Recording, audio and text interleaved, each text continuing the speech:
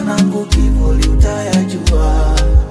Dunia ni fumbo, chunga usije papalikia. Mengine funzo, mwanangu kivuli utayajua. Ulipozaliwa wewe ulilazwa kwenye mkeka, wengine waliwekewa blanketi la pamba. Si kosa lao, lakini pia si kosa lako. Lakini maisha hukimbia wale wanaokimbiza njaa, na si wale wanaokimbiza muda. Nilizaliwa kwenye nyumba yenye dari la mabati. Mvua ikinyesha ilikuwa mziki usio na keyboard. Yule mtoto wa tajiri alizaliwa hospitali yenye AC, akalia kwa sauti ya furaha. Sisi tulilia kama tukipigwa shoti ya umeme wa maisha. Wao walipata chakula kwa bei ya tabasamu, sisi tulipata kwa bei ya machozi na mikono yenye magamba.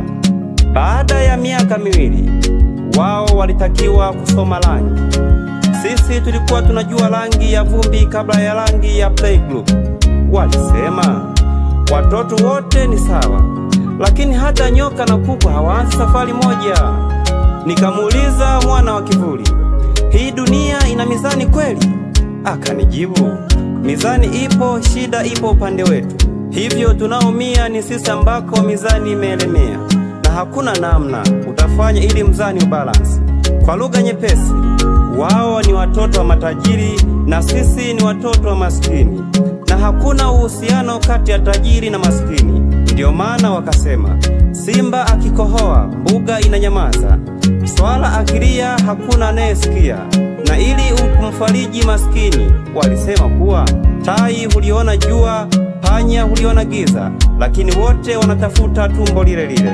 Mwana wa kivuli, nikikumbuka huwa nacheka sana. Inatakiwa ujue kwa nini tajiri akiiba mali za umma anaitwa fisadi na maskini huitwa mwizi. Ndugu yangu, dunia imepimwa kwa nguvu na sio kwa haki. Kweli dunia ni fumbo, chunga wasije papalikia. Mengine funzo, mwanangu kivuli utayajua. Dunia ni fumbo, chunga wasije papalikia. Mengine funzo, mwanangu kivuli utayajua. Mwana wa kivuli, wakati mimi najua kalamu ikiwa na deni, wao walikuwa wanajua iPad ikiwa na chaji. Walitufundisha ABC na 1 2 3. Sisi tulijifunza A ya acha kulia na B ya beba ndoo ya maji, kabla hatujajua C ya cheti. Shule yao ilikuwa na bustani, yetu ilikuwa na viboko vimechoka na walimu waliokata tamaa, wao wakicheza kwenye trampoline. Mwana wa kivuli, kumbuka wasi kipindi sisi tulikuwa tunaluka mifereji tukijua mchwa ni jirani. Wanasema msomi bora hutoka popote, lakini hawasemi kwamba madaftari ya maskini hujifunza kuishi kabla hawajajifunza hesabu. Nikamgeukia mwana wa kivuli, je, tutawahi kuwa sawa? Akanijibu kwa sauti ya mtoto aliyechoka mapema, sawa tutakuwa, lakini hatutaanza sawa. Mwana wa kivuli, baada ya miaka 20, unajua nini hutokea? Basi kama hujui, acha nikujuze leo. Huwa inakuwa hivi, mtoto wa tajiri huwa CEO kabla kusafisha viatu.